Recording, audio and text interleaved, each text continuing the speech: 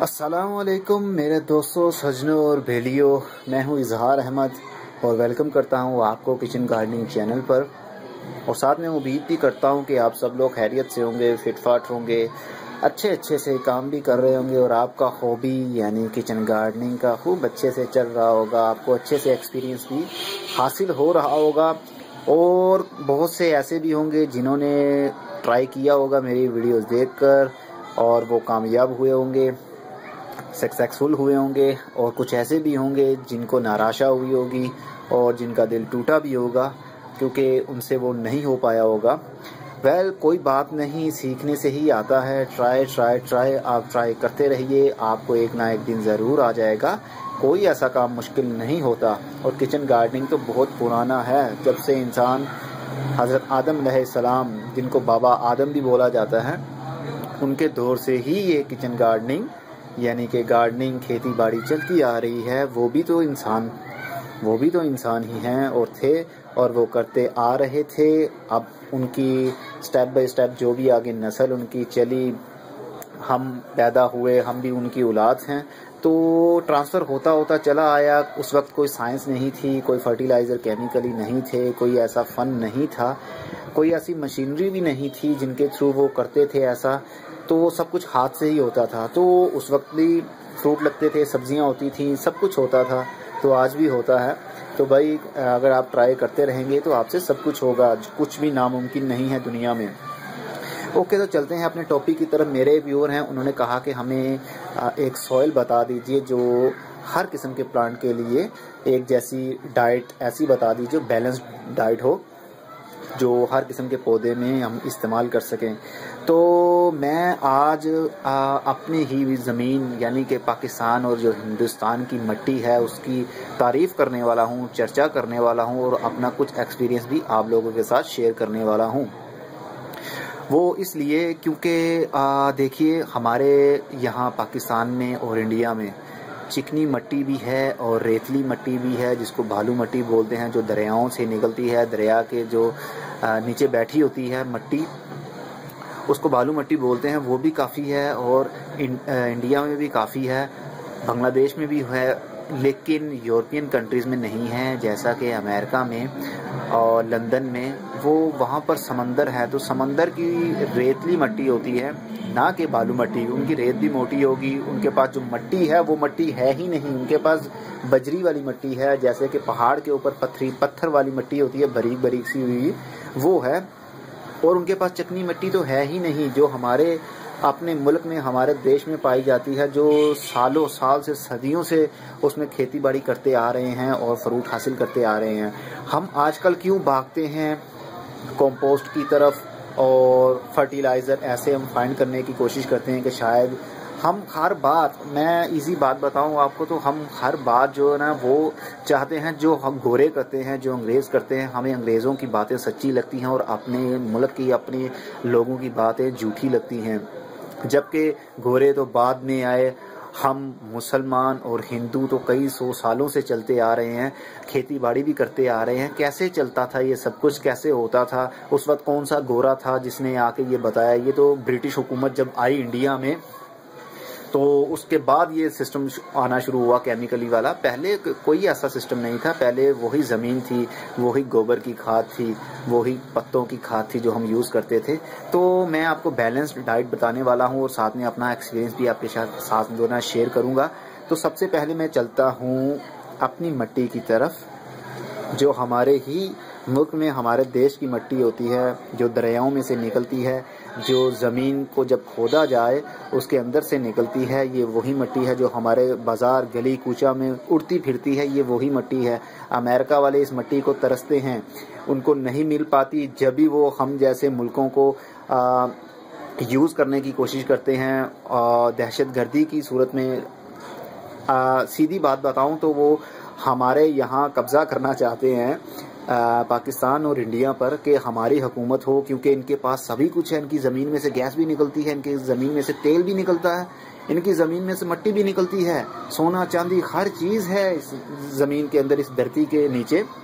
इसलिए वो फिदा हो गया है हमारी ज़मीन के ऊपर और हमारी ज़मीन स्टेबल रहती है, जबकि वहाँ की ज़मीन भी स्टेबल नहीं है। एकदम से ज़लज़ला आता है, अर्थक्वेक आता है और इधर की जगह उधर, उधर की इधर, सुनामी आ गया तब भी तबाही, ज़लज़ला आ गया तब भी तबाही।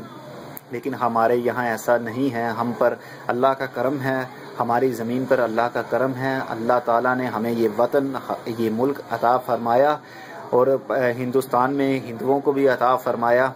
हर चीज़ दे दी हमारे इजीली, जो हम यूज़ करें और उसी में खाएं पकाएं, लेकिन हमको कदर नहीं है अपनी ज़मीन की। यकीन माने जो हमारे पास चीज़ होती है ना, मान लीजिए मैं एक मोबाइल फ़ोन लेकर आया हूँ, सेल फ़ोन लेकर आया हूँ, तो मैं यूज़ कर रहा हूँ ना, जबकि वो मेरा चाहे महंगा होगा, चाहे अच्छी क्वालिटी का होगा, लेकिन मेरे एक दोस्त के पास, दूसरे के पास होगा ना, वो कहेगा मेरे अमेरिका से मेरे गिफ्ट आया, मुझे बड़ा ज़बरदस्त सेट है, चाहे वो कौड़ियों के भाव क्यों ना, फोकट में क्यों ना उन्होंने ख़रीदा हो, तो मिला उनको, तो वो उनके लिए हमारी नज़र में अच्छा होगा कि यार ये तो बाहर से आया, पता नहीं क्या भला होगी।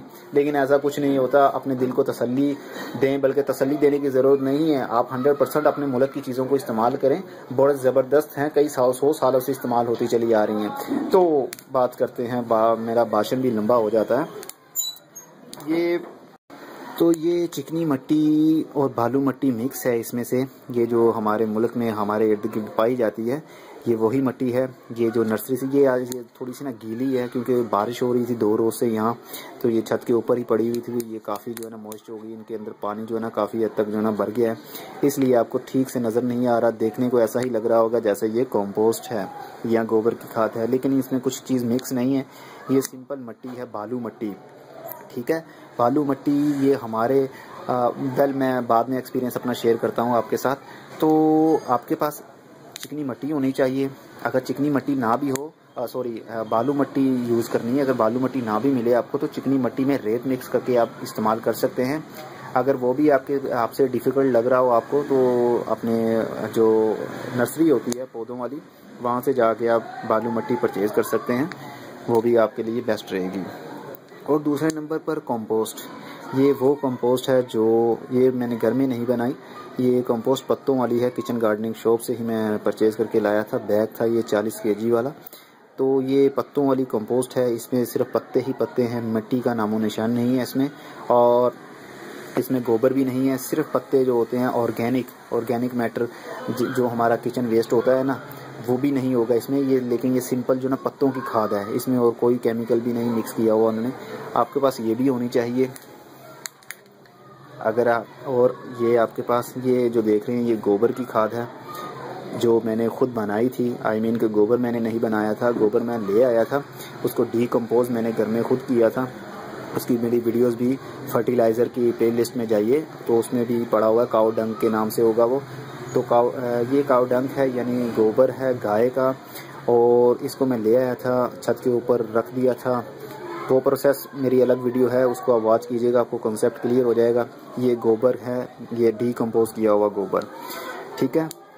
ये 3 चीज़ें हैं। अगर आपके पास तीनों अवेलेबल होती हैं, अगर आपके एरिया में कोई ऐसी शॉप है किचन गार्डनिंग की, तो आप वहाँ से भी परचेज़ कर सकते हैं। तो आप किचन गार्डनिंग शॉप से ये चीज़ें परचेज़ कर सकते हैं। मिट्टी आपको नर्सरी से मिलेगी, ये किचन शॉप से नहीं मिलेगी, किचन गार्डनिंग शॉप से। तो आप इन तीनों चीज़ों को अच्छी तरह से मिक्स कर लीजिए। मिक्स करने का तरीका कुछ यूँ होगा कि 3 हिस्से आपके पास मिट्टी होनी चाहिए, 3 हिस्से मिट्टी होनी चाहिए। एक हिस्सा आपके पास कंपोस्ट का होना चाहिए, जो ऑर्गेनिक कंपोस्ट पत्तों की जो खाद होती है वो होनी चाहिए, और एक हिस्सा आपके पास गोबर की खाद का होना चाहिए, ठीक है। अगर आपके पास तीनों ये है, तो इसका अच्छी तरह से कम्बिनेशन में अच्छी तरह से मिक्सअप कर लीजिए इसको, तो आप यूज़ कर सकते हैं हर किस्म के पौधे के लिए, चाहे वो ट्री हो, चाहे वो घर में वैसे डेकोरेशन वाले जो पौधे होते हैं, खूबसूरत दिखने वाले फूलों वाले, वो हों, या सब्जियां हों, हर किस्म की जो आप वेजिटेबल्स के लिए भी ये मिट्टी यूज़ कर सकते हैं। और अब मैं अपना एक्सपीरियंस आपके साथ शेयर करता हूं कि इन तीनों में से मुझे कौन सी चीज़ अच्छी लगती है। आपने गस तो कर लिया होगा, क्योंकि मैंने काफ़ी पहले चर्चा कर दी थी वतन की, अपने मुल्क की मिट्टी की।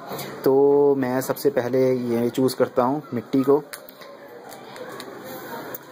को चूज़ करता हूँ, और कुछ अपना प्रैक्टिकली जो एक्सपीरियंस है वो भी मैं शेयर करता हूँ आप लोगों के साथ। जब मैंने किचन गार्डनिंग का शौक़ स्टार्ट किया था, तो काफ़ी मैंने सर्च की नेट के ऊपर कि कंपोस्ट कैसे बनाई जाती है, ये कौन कौन सा मटेरियल यूज़ किया जाता है, प्रोसेस कितने दुरानियाँ होता है, यानी कि टाइम पीरियड इसका कितना लंबा होता है डिकम्पोज होने में। और मैंने बहुत बार ट्राई भी की थी कंपोस्ट बनाने की, लेकिन मुझसे उस टाइप की कंपोस्ट नहीं बन पाई थी, क्योंकि हम पाउडर नहीं बना सकते, हमारे पास कोई श्रेडर या मशीन ऐसी नहीं होती जो हमारे ऑर्गेनिक वेस्ट को पाउडर बना के उसकी कंपोस्ट हमें दे सके।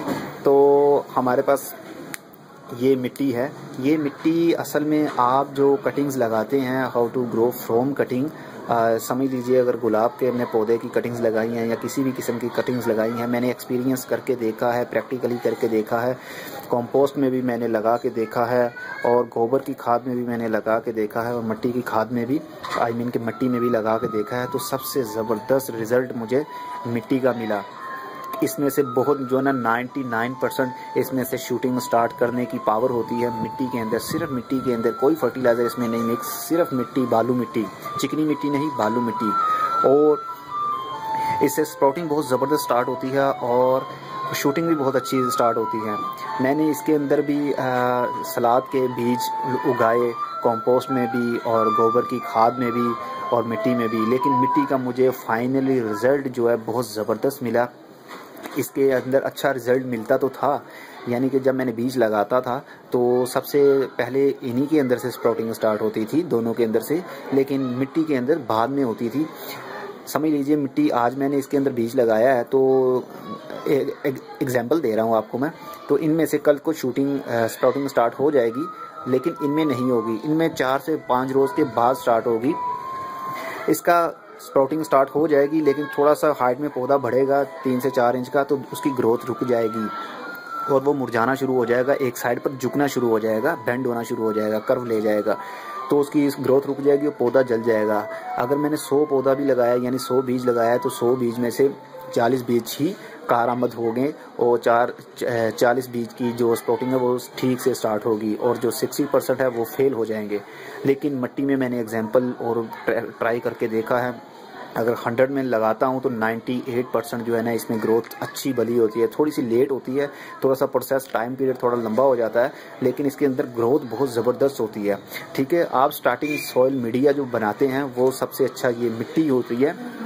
मिट्टी क्योंकि ठंडी होती है, इसमें हीट नहीं होती, इन दोनों चीज़ों के अंदर हीट होती है। ये स्प्राउटिंग, बीज की स्प्राउटिंग स्टार्ट करने में जल्दी तो कर देते हैं, बीज को गर्म करके उसमें से स्प्राउटिंग स्टार्ट तो हो जाती है, लेकिन वो हीट इतनी ज़्यादा बढ़ जाती है कि जो नन्हा सा पौधा होता है उसके रूट्स को बर्न कर देती हैं, जो बहुत जल्दी मुरझा जाता है। लेकिन मिट्टी ऐसा नहीं करती, मिट्टी का एक अपना टाइम पीरियड है, आहिस्ता आहिस्ता से जब बीज गल जाता है उसमें से स्प्राउट निकलता है तो वो बहुत ज़बरदस्त स्ट्रॉन्ग भी रहता है और मिट्टी उसको अच्छा सा प्रेफर भी करती है, अच्छी सपोर्ट भी करती है। लेकिन ये चीज़ें सपोर्ट नहीं करती, ये पावर देती हैं, फटाफट पावर दे दें हम इसको तो ये आज बीज लगाया और कल को फ्रूट भी लग जाए पौधा बन के, तो ऐसा नहीं होगा। ये चीज़ें नुकसानदेह हैं उनके लिए। लेकिन आपके पास, अगर आपके पास बड़े पौधे हैं तो आप उनको ऑलरेडी मिट्टी में लगे हुए हैं, तो उनको आप बनाना चाहते हैं सॉइल मीडिया, उनका आप सॉइल मीडिया बनाना चाहते हैं तो वो ऑलरेडी सॉइल मीडिया तो उनका मिट्टी बनी ही होती है, उसके अंदर पौधा स्टेबल होता है। आप क्या किया करें कि 1 हफ्ते के बाद, 15 रोज़ के बाद कंपोस्ट का 1 चम्मच या गोबर की खाद का 1 चम्मच, क्योंकि हर किसी के बस की बात नहीं है ये कंपोस्ट बना लेना, मेरे भी बस की बात नहीं है, मैंने बहुत बार ट्राई किया लेकिन 100% रिजल्ट मुझे ना मिल सका जो कि बनी बनाई हमें कंपोस्ट मिलती हैं, क्योंकि उनके पास मशीनरीज होती हैं, मशीन के ज़रिए उनके ड्राई जो फूड होता है वो उसको क्रस्ट कर देते हैं और उसके बाद उसको श्रेडर करते हैं और उसके बाद उसको ग्राइंड कर देते हैं, जिसकी ये पौधा मिट्टी टाइप हो जाती है, बिल्कुल बारीक हो जाती है, मोटा मटेरियल नहीं मिलता। लेकिन हमारे घर में तो मोटा ही रहेगा, चाहे वो 6 महीने या 1 साल भी पड़ा रहे, मोटा ही रहेगा, वो डीकम्पोज सही से नहीं हो पाता। तो ये आपको मिल पाना थोड़ा सा मुश्किल होगा अगर आपके एरिया में किचन गार्डनिंग शॉप नहीं है। अगर आप पाकिस्तान में रहते हैं तो मैंने बहुत बार वेबसाइट भी बताई है, www.skyseeds.pk ये वेबसाइट है। आप इस पर जाइए, ऑनलाइन शॉपिंग भी कर सकते हैं, ऑनलाइन सीड भी मंगवा सकते हैं, कंपोस्ट भी मंगवा सकते हैं, कोकोपीट भी मंगवा सकते हैं और कोकोपीट और भी बहुत सी फर्टिलाइज़र भी मंगवा सकते हैं। तो आप शॉपिंग कर सकते हैं ऑनलाइन, आपको होम डिलीवरी फ्री देते हैं वो। तो ये गोबर की खाद, हाँ ये कुछ आपके बस में होगा कि आप इसकी अरेंजमेंट कर सकते हैं, कहीं से भी गोबर की खाद ला सकते हैं। अगर ना भी हो तो ईज़िली आप नर्सरी पर चले जाइए, पौधों वाली नर्सरी पर चले जाइए, वहाँ आपको ईजी ये गोबर की खाद मिल जाएगी, तो वो आप ले आइए। लाजमी नहीं कि आप 50 किलो लेकर आइए, 1 किलो भी ले आइए, वो भी आपके काफ़ी टाइम जो है ना वो निकाल देगा, क्योंकि आपने कौन सा कि 2 किलो या 3 किलो एट अ टाइम आपने इसको यूज़ करना है। मिट्टी के अंदर सिर्फ 15 रोज़ के बाद या 10 रोज़ के बाद 1 आध चम्मच डाला और उसकी गुड़ाई कर दी, तो बहुत अच्छा रिजल्ट आपको मिलेगा। ठीक है, मेरा कहने का मतलब दोबारा मैं आपको सिंपल बता देता हूँ, मैं अब मज़ीद बातों में नहीं जाऊँगा ताकि आपको कॉन्सेप्ट क्लियर हो जाए, क्योंकि मैंने बहुत इधर की उधर तरतीब मैंने नहीं रखी बात करने की, कभी मैं उधर चला गया कभी उधर चला गया, तो मैं दोबारा से आपको रिपीट कर देता हूँ।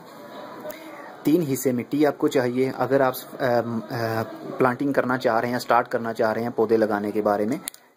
ये सीडलिंग के लिए नहीं बता रहा मैं, समझ रहे हैं, ये पौधों के लिए बता रहा हूँ कि नर्सरी से आप जाएंगे पौधा लेके आएंगे तो अपने गमले में लगा देंगे, ये उस लिए बता रहा हूँ आपको कि आप 3 हिस्से आपको मिट्टी चाहिए, चाहे वो बालू मिट्टी हो चाहे वो चिकनी मिट्टी हो।